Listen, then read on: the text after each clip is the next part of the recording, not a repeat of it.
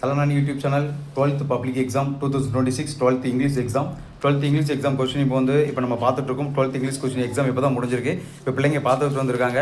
இதில் பார்த்தீங்கன்னா நாம கொடுத்த கிராமர் என்னெல்லாம் வந்திருக்கு, நாம கொடுத்த பேராகிராஃப் என்னெல்லாம் வந்திருக்கு அப்படின்னு தான் பார்க்க போகிறோம்.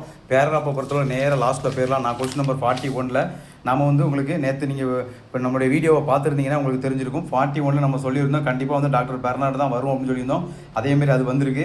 அதேமாரி பார்த்தீங்கன்னா கேஸ்டில் தான் உங்களுக்கு இந்த தடவை போயத்தில் கேட்பாங்க அப்படின்னு சொல்லியிருந்தோம். அதேமாதிரி கேஸ்டில் தான் வந்திருக்கு. அதேமாதிரி சப்ளிமெண்ட் லீடர்லேயும் நம்ம என்ன சொல்லியிருந்தோமோ அதுதான் வந்திருக்கு. நம்ம கொடுத்துருந்த எந்த கொஸ்டினோ பார்த்துருந்தாங்கன்னா +2 பப்ளிக் இங்கிலீஷ் எக்ஸாமில் நாம் கொடுத்துருந்த பேராகிராஃபை இப்போ வீடியோவை பார்த்துருந்தீங்கன்னா கண்டிப்பாக 15 மார்க் எடுத்துருக்கலாம்.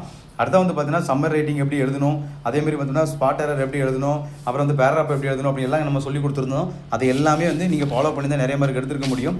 இங்கே பார்த்தீங்கன்னா செக்ஷன் 3 இந்த தடவை பை சார்ட் எப்பவும் கேட்பாங்க. ஒரு சார்ட்டை கொடுத்து அதில் கொஸ்டின் கேட்பாங்க. அது இந்த தடவை கேட்கல. அது பிள்ளைங்களுக்கு ஒரு லாஸ் தான்.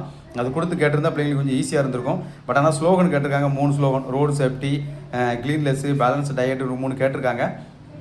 அது கொஞ்சம் பிள்ளைங்களுக்கு ஈஸியாக எழுதக்கூடிய ஒரு விஷயம் தான் இருந்திருக்கு. அதேமாரி பார்த்தீங்கன்னா இஆர்சி ரொம்ப ஈஸியான இஆர்சி தான் கேட்டிருக்காங்க. அதேமாதிரி புக் பேக் கொஸ்டின்ஸுமே ப்ரோஸ் உள்ள கொஸ்டின் ஈஸியாக தான் கேட்டிருக்காங்க. அப்புறம் பார்த்தீங்கன்னா கிராமர் பார்த்தீங்கன்னா உங்களுக்கு தெரியும் ஆக்டிவைஸ் பேசிவைஸ் கேட்டிருக்காங்க. அப்புறம் ரிப்போர்ட்டட் ஸ்பீச் கேட்டிருக்காங்க.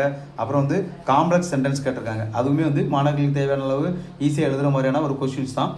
அப்புறம் பார்த்தீங்கன்னா உங்களுக்கு 21 to 26 உங்களுக்கு தெரியும். அதாவது ஃபஸ்ட்டு நம்முடைய போயத்தில் உள்ள ஒரு 2 லைனை கொடுத்து அதிலேருந்து ஒரு 2 கொஸ்டின் கேட்பாங்க. நம்ம சொல்லியிருந்தோம் தெரிஞ்சு ஆன்சர் எழுதுங்க, தெரிலனா அப்படியே பேராகிராஃப் அந்த லோகவையில் தூக்கி எழுதுங்க, மார்க் எடுத்துக்கலாம்னு சொல்லியிருந்தோம். அதுதான் அங்கே வந்திருக்கு.